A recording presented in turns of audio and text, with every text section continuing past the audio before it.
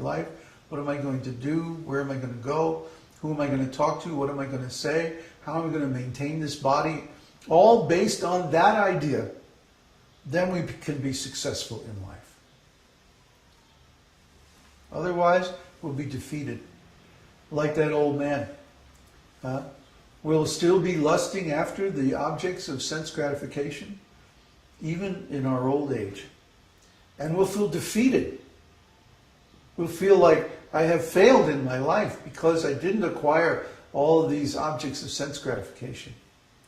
And so then what? We begin to desire another life.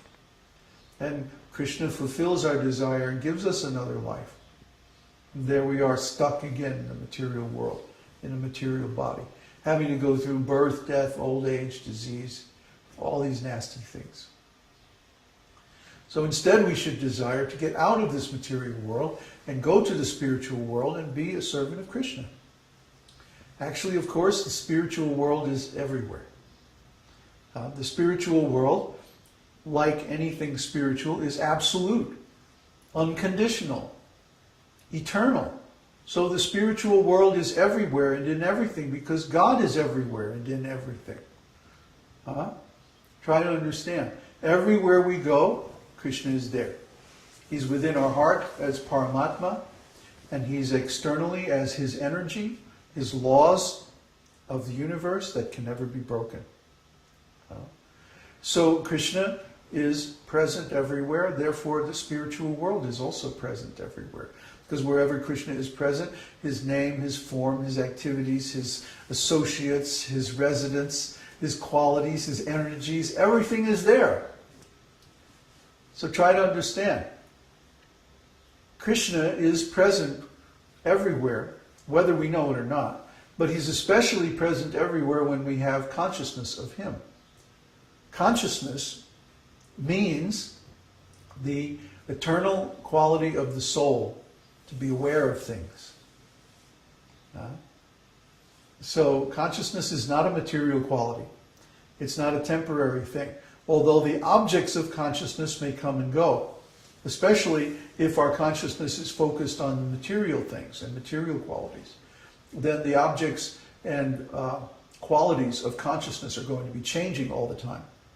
But when our consciousness is focused on something spiritual, beginning with our own self, ātmany, the soul, when we become conscious of our own self, then the next step is we become conscious of Paramatma, the Lord's presence within us.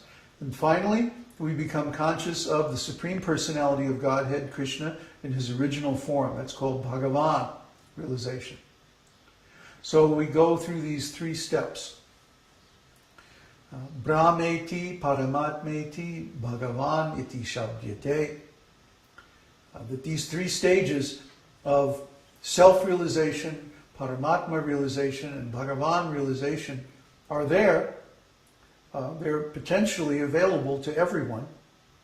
But in actual fact, they're only available to those who change their false ego from I am the enjoyer, I am the owner, I am the controller of this material world, to I am the servant of Krishna.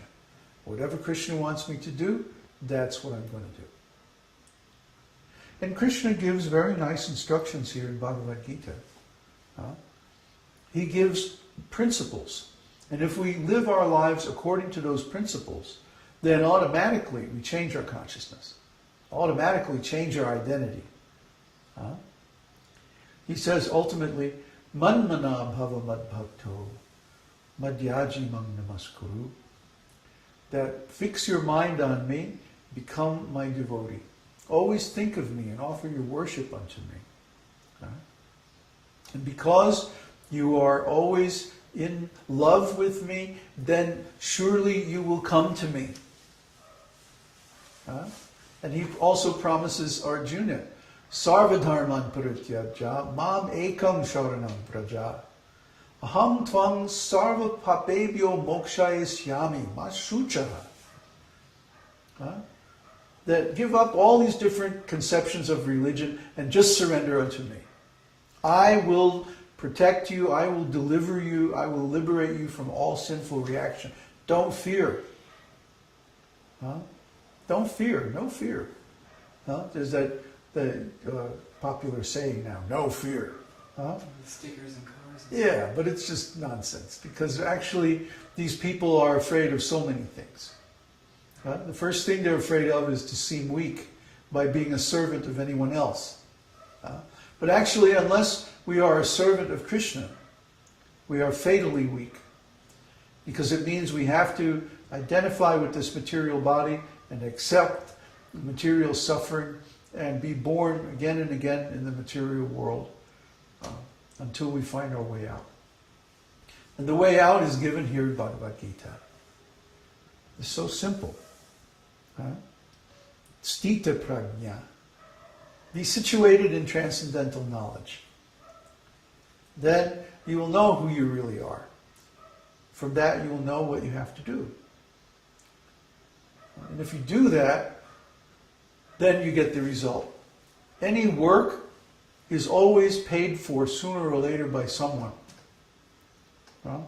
Just like I decided that I wanted to work in the digital electronics industry, because I could see it was expanding very fast and it was the future.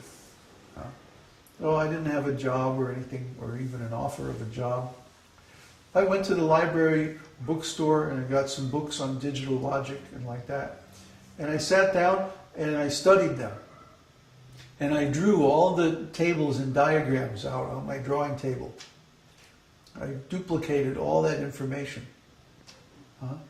Then I saw an ad, wanted digital technician.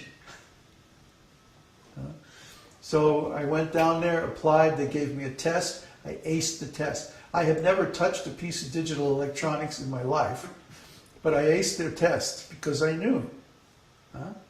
And I got the job. Now I'm a digital technician. But you see, the same thing applies to spiritual life. If you want to be a devotee, because it's a growth industry, there's no layoffs, eternal employment, eternal maintenance by Krishna. So become a devotee. Great pension scheme. Yeah, eternal retirement plan. So what's the first thing you're going to do? Study up on the theory. Duplicate the knowledge. I talk so many times about this. Everybody must be sick of hearing it, but I still don't see everyone doing it. You have to duplicate this knowledge. Duplicate it means you make an exact copy in your own mind. How do you do that? You look up the meaning of each and every word in the dictionary. You look up the Sanskrit in the Sanskrit dictionary. And you look up the English in the English dictionary. And you learn the meaning of every single word as it is used in the present context. And how do you do that? You construct sentences of original composition using the word in that particular meaning. I'm not kidding. This is how you duplicate knowledge. And if you do this, I know you think I'm crazy, but if you do it, you will find a door will open and you will understand things that you never understood before. This is the difference between me and my godbrothers. My godbrothers read the book and then they repeat it word for word, or as closely as they can. And then they think they understand it. No. They don't understand it. And the proof is they are not able to control their senses. Out of the 11 original gurus, self-declared gurus after Srila Prabhupada, 10 of them have fallen down. And the 11th one, we probably just has some really good PR people,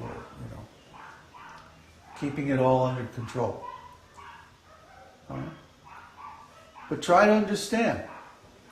All of these people are declaring themselves to be gurus based on some political arrangement.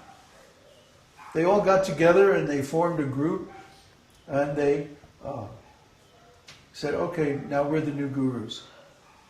Y'all have to accept this. And because they had the power over the organization, over the money, over the buildings, over everybody's food and shelter, then they got to be the new gurus. But look at the track record. 10 out of 11 have fallen down. So if I was picking stocks if I was an investment counselor and you came to me and said, how should I invest my money? And I said, oh, try these 11 stocks. And out of the 11 that I gave you, 10 of them lost money. Then what would you think? What kind of investment counselor is this?